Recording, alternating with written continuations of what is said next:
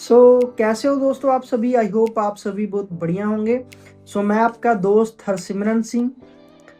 Again welcome करता हूं दोस्तों आपका आज की मेरी इस वीडियो में। आज से हम दोस्तों एक नई सीरीज स्टार्ट करने वाले हैं जिसका नाम है book reading series, right. In series में मैं आपको नई नई बुक्स आपके लिए लेकर आऊँगा, उनकी रीडिंग जो उसकी समरी है वो हम डिटेल में डिस्कस करेंगे। आज हम जिस बुक के बारे में बात करने वाले हैं, ठीक है, उसका नाम है जी सवाल ही जवाब। बाकी आपको जो थंबनेल है उसमें क्लियर हो गया होगा। उसका आज हम चैप्टर 1 रीड करेंगे। तो ये बुक है जी एलन पीस की। तो करते हैं जी आज की इस वीडियो को स्टार्ट। स्टार्टिंग में इसमें एक ये फोटो दी गई है, ठीक है। इस फोटो को मैं आपको स्क्रीन के ऊपर भी शो हो रही होगी। तो इसके बारे में हम उसके बाद नेक्स्ट जो चैप्टर है उसको स्टार्ट करते हैं, चैप्टर 1, ठीक है। जीवन की अधिकतर वस्तुओं की तरह बहुत से लोग इस खंड के आरंभ में दिए गए चित्र को देखकर इसका स्पष्ट अर्थ समझ पाते हैं। अप्रशिक्षित आंख के लिए यह असंबद्ध रेखाओं का सिर्फ एक श्रृंखला है जिसका कोई अर्थ नहीं निकलता।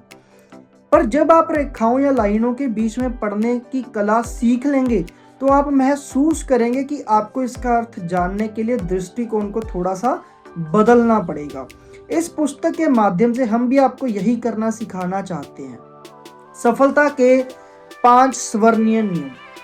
11 साल की कम उम्र में मुझे मेरा पहला काम सौंपा गया। मेरे स्काउट ट्रूप के लिए एक हॉल बनाने वाला था। इसके लिए पैसे जुटाने के उद्देश्य से मुझे घरेलू काम में आने वाले स्पंज बेचने का काम दिया गया। स्काउट मास्टर एक वृद्ध और समझदार व्यक्ति थे और उन्होंने मुझे एक रहस्य बताया जिसे मैं परिणाम का नियम कहना चाहता हूँ। मैं इस नियम के अनुसार जीवन भर चला हूँ और मैं यह निश्चित रूप से कह सकता हूँ कि जो भी इसका अभ्यास करेगा, इसके अनुसार चलेगा, वह अंत अवश्य ही सफल होगा। मैं आपको यह नियम उसी तरह बताऊंगा जिस तरह मुझे बताया गया था। सफलता एक खेल है। आप जितनी अधिक बार खेलेंगे उतनी ही अधिक बार आप जीतेंगे। जितनी अधिक बार आप जीतेंगे उतनी ही अधिक बार सफलता आप इस खेल में खेल सकेंगे, ठीक है। इस नियम को नेटवर्किंग में अपनाएं। अगर आप ज़्यादा लोगों को अपनी योजना में शामिल होने का आमंत्रण देंगे तो ज़्यादा लोग आपके साथ शामिल होंगे। जितनी अधिक बार आप उन्हें शामिल होने का आमंत्रण देंगे, आप आमंत्रण देने की अपनी कला को उतना ही निखारते जाएंगे और आप पहले से बेहतर बनते जाएंगे। दूसरे शब्दों में आपको अधिक से अधिक लोगों को अपने साथ जुड़ने का आमंत्रण देना होगा। यानी कि हमें इनविटेशन ज़्यादा से ज़्यादा करने होंगे। अगर हम इनविटेशन ज़्यादा से ज़्यादा कर रहे हैं तो हम अपने इनविटेशन की जो कला है उसमें परफेक्ट हो पाएंगे, ठीक है। नियम 1, ज़्यादा लोगों से मिलो। यह सबसे महत्वपूर्ण नियम है। जिसके पास भी सुनने की फुर्सत हो उसे बातें करना शुरू कर दें। इस मामले में घमंडी या बहानेबाज ना बने जो अच्छे संभावित ग्राहकों को छांटकर नकारने का प्रयास करता हो। अगर संभावित ग्राहकों की सूची पर नज़र दौड़ाते वक्त आप यह सोचने लगे ये ज़्यादा उम्र वाले हैं, ये ज़्यादा युवक हैं, ये ज़्यादा अमीर हैं, ये ज़्यादा गरीब हैं, ये ज़्यादा दूर रहते हैं, ये ज़्यादा स्मार्ट हैं, आदि आदि, तो समझने कि आप असफलता के मार्ग पर जा रहे हैं। यानी कि दोस्तों हमें लिस्ट बनाते वक्त किसी भी दोस्त को प्री जज नहीं करना, ठीक है। अपने बिजनेस को जमाने की शुरुआत दौर में आपको हर एक से बात करने की ज़रूरत है क्योंकि आपको अभ्यास की ज़रूरत है। जब आप अपने व्यवसाय के बारे में हर एक से बात करते हैं तो औसत का नियम यह सुनिश्चित करता है कि आप सफल होंगे। सवाल सिर्फ यह रह जाता है कि आप कितने सफल होंगे। आपके बिजनेस में ऐसी कोई समस्या नहीं है जो आपकी गतिविधि या सक्रियता में वृद्धि से ना सुलझ सके। अगर आप अपनी जिंदगी की दिशा के बारे में चिंतित हो तो बस आप अपनी प्रस्तुतियों की संख्या को दुगना कर दें। अगर आपका व्यवसाय उतनी तेजी से नहीं बढ़ रहा जितना आप चाहते हो तो आप कुछ ना करें, सिर्फ अपनी सक्रियता बढ़ा दें। यानी कि हम अपनी स्पीड को इंक्रीज कर दें अगर हमें लग रहा है कि हमारा उतना रिजल्ट नहीं आ रहा। बढ़ी हुई सक्रियता आपकी अधिकतर चिंताओं का अचूक इलाज है। हर किसी से बात करें, यह पहला नियम है। तो फर्स्ट जो नियम है दोस्तों वो हमें ये बताता है कि हर एक बंदे से आपको बात करनी चाहिए आपके काम के बारे में, हमारे बिजनेस के बारे में, ठीक है। तो किसी की जब आप लिस्ट बनाते तो उसमें कोई भी आप ये मत सोचो कि, है ना, आप प्रीजज मत करो कुल मिलाकर किसी भी बंदे को। जो भी आपकी लिस्ट में बंदा है उसको आप इनविटेशन दो। पहला नियम कुल मिलाकर ये बता रहा है, ठीक है। अगर हम दूसरा नियम पढ़ते हैं, दूसरा नियम भी सेम है, ज़्यादा लोगों से मिलें। तो इसमें देखते हैं क्या बताया गया है। लोगों को फ़ोन करते रहें। हो सकता है कि आप शहर के सबसे बढ़िया प्रस्तुत करता हो, पर अगर आप पर्याप्त संभावित ग्राहकों से नहीं मिले तो आप अपने बिजनेस में ज़्यादा सफल नहीं हो सकते।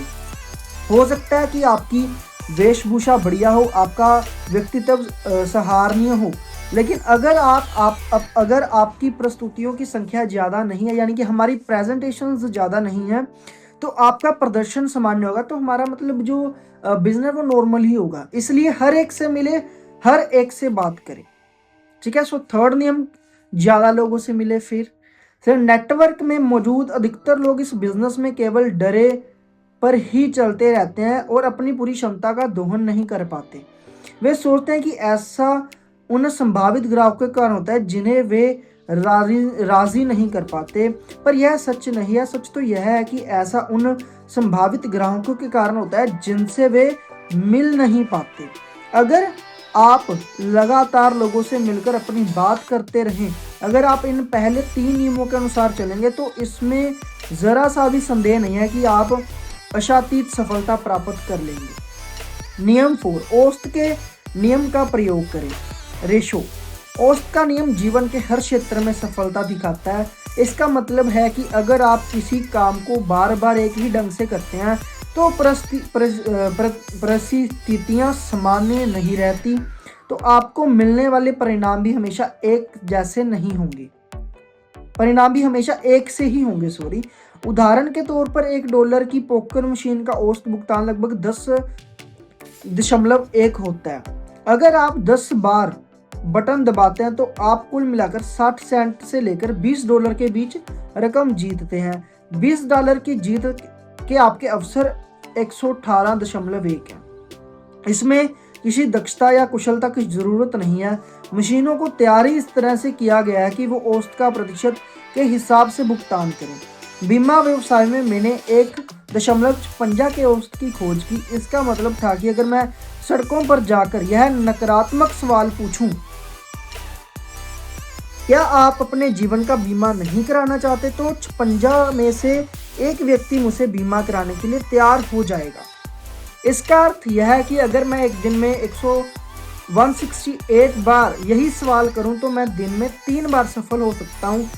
अगर विक्रयकर्ताओं की चोटी के 5% लोगों में जगह बनाना चाहता हूं, तो अगर मैं किसी सड़क के कोने पर खड़ा होकर हर आने जाने वाले से कहूं, क्या आप नेटवर्किंग बिजनेस में मेरे साथ शामिल होना चाहेंगे, तो औसत का नियम निश्चित रूप से आपको परिणाम देगा। शायद 1.100 का जवाब हाँ होगा। यानी कि अगर हम 100 लोगों को अपने काम के बारे में बताते हैं तो अननोन में हो सकता है एक बंदा आपको हाँ बोल दे। याद रखिए, औसत का नियम हमेशा काम करता है। इनकी रेशियो है जो law of average her time काम करेगा। दोस्तों, जब मैं छोटा बच्चा था और घर घर जाकर 20 सेंट में घरेलू स्पंज बेचता था तो मेरा औसत था 10:7, 4:2। मैं शाम को 4 बजे से 6 बजे तक जिन 10 दरवाजों को खटखटाता था उनमें से 7 खुलते थे। उनमें से केवल 4 लोग ही मेरी प्रस्तुति सुनते, यानी कि प्रेजेंटेशन सुनते थे, और मात्र 2 लोग ही स्पंज खरीदते थे। इस तरह से मैं 40 सेंट कमा लेता था, जो 1962 में अच्छी खासी रकम थी, ठीक है। खासकर एक 11 वर्षीय लड़के के लिए मैं 1 घंटे में आराम से 30 दरवाजों को खटखटा सकता था और इस तरह 2 घंटों की अवधि में 12 स्पंज बेच सकता था, और जो कि $2.40 के बराबर रकम थी। क्योंकि मैं जान चुका था कि औसत का नियम किस तरह काम करता है, इसलिए मुझे उन 3 दरवाजों की चिंता कभी हुई ही नहीं जो नहीं खुले, ना ही उन 3 लोगों की चिंता हुई जिन्होंने मेरी बात नहीं सुनी, ना ही उन 2 लोगों की चिंता हुई जिन्होंने मेरा सामान नहीं खरीदा। मैं तो बस इतना जानता था कि अगर मैं 10 दरवाजे खड़काऊंगा तो उनमें से 40 सेंट कमा लूंगा, बस। इसका मतलब यह था कि हर बार जब मैं दरवाजे पर दस्तक दूंगा तो 4 सेंट कमाऊंगा, इसके बाद चाहे जो भी हो, ठीक है। तो औसत का यह नियम मेरे लिए एक प्रभावशाली और प्रेरणादायक शक्ति था। इस दरवाजे पर दस्तक 10 दरवाजे पर दस्तक 2 और 40 सेंट कमाओ।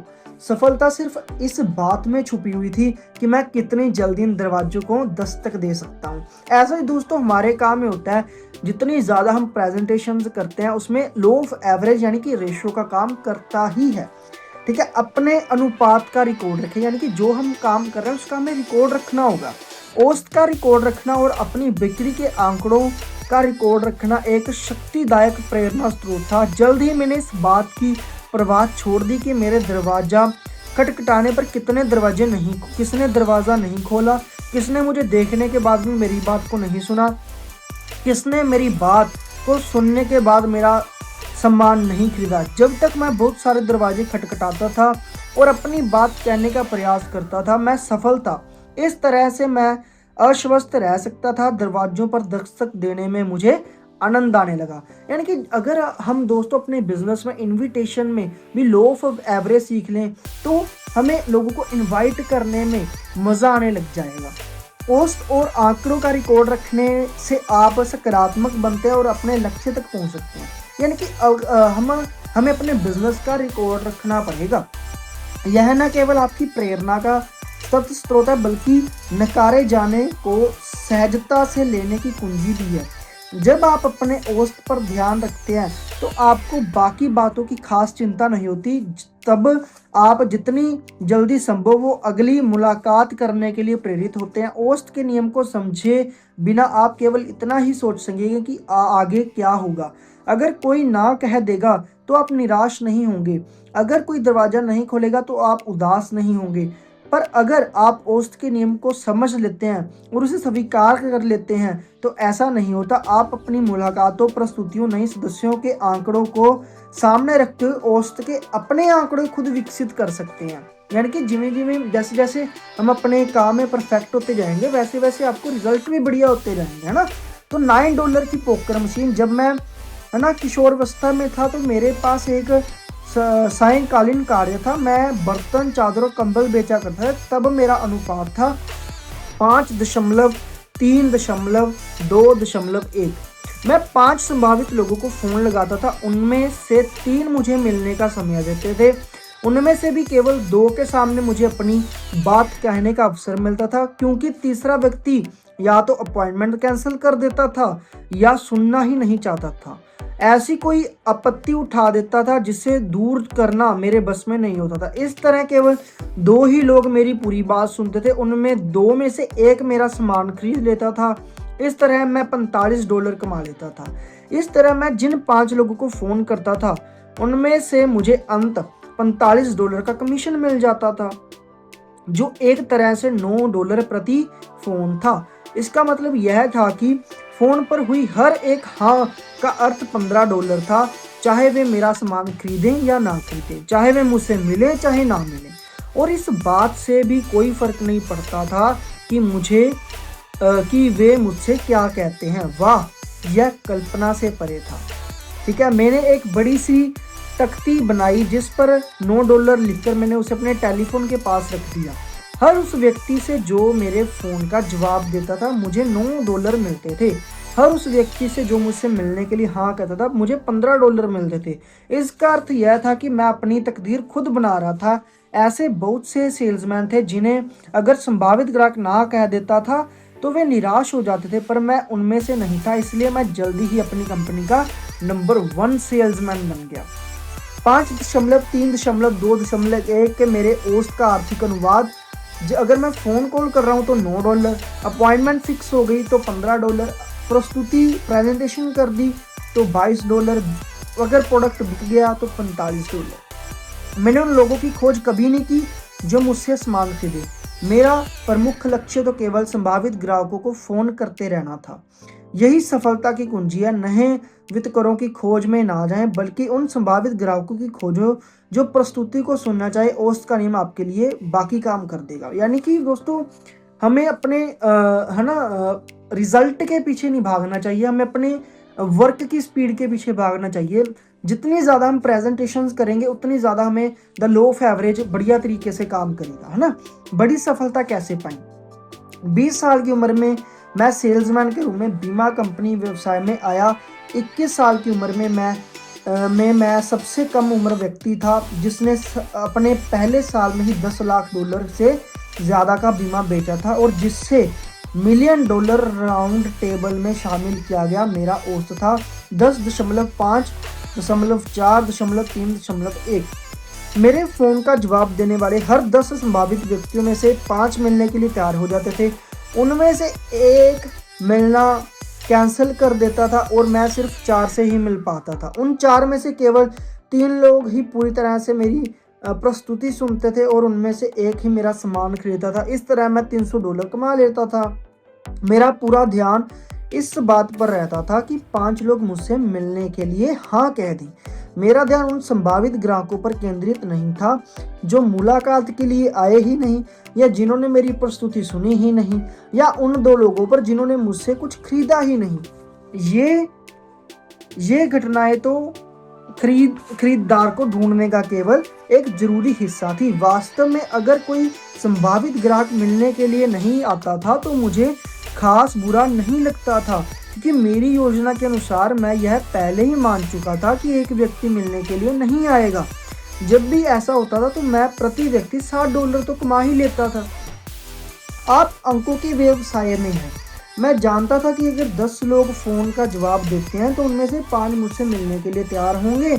अंत मुझे $300 की कमीशन मिलेगा। इस तरह हर उस संभावित ग्राहक से जो मेरे फ़ोन का जवाब देता था मुझे $300 मिलते थे। 10.5, 4, 3.1 के मेरे औसत का आर्थिक अनुवाद। 21 साल की उम्र में मेरे पास स्वयं का घर था, नए मॉडल की मर्सिडीज बेंज कार थी। मैं बड़ी शान से रहता था। सवाल केवल इतना था कि मैं फ़ोन पर किस तरह 5 लोगों से अपॉइंटमेंट के लिए हाँ कह लगाता हूँ। नियम 5, अपना औसत सुधारें, यानी कि लो ऑफ एवरेज। अपनी रेशियो को हमें अपना ठीक करना पड़ेगा, है ना। बीमा व्यवसाय में मैं जानता था कि हर बार जब मैं फ़ोन घुमाता था और किसी से बात करता था मुझे $30 मिलेंगे। फिर भी 10 टेलीफोन कॉल के बदले 5 अपॉइंटमेंट का मेरा अनुपात मेरी राय में अच्छा खासा नहीं था, क्योंकि इसका मतलब था कि मैंने अपने बहुत सारे संभावित ग्राहकों को गंवा रहा हूँ। मुझे ज़रूरत थी अपॉइंटमेंट हासिल करने की, एक ऐसी पत्ती की जो हर 10 साल में मुझे कम से कम 8 अपॉइंटमेंट दिला सके। इसका मतलब था कि मुझे संभावित ग्राहकों की तलाश में उतनी कड़ी मेहनत नहीं करनी पड़ेगी, क्योंकि मैंने फ़ोन पर जल्दी नहीं गंवा दिया है। मुलाकात से प्रस्तुति के मेरे 5.4 के अनुपात का यह मतलब निकलता था कि मेरे संभावित खरीदारों में से 20% मुझसे नहीं मिल रहे हैं। मैं इस कमी को ज़्यादा 6 संभावित ग्राहकों को फ़ोन करके दूर कर सकता था।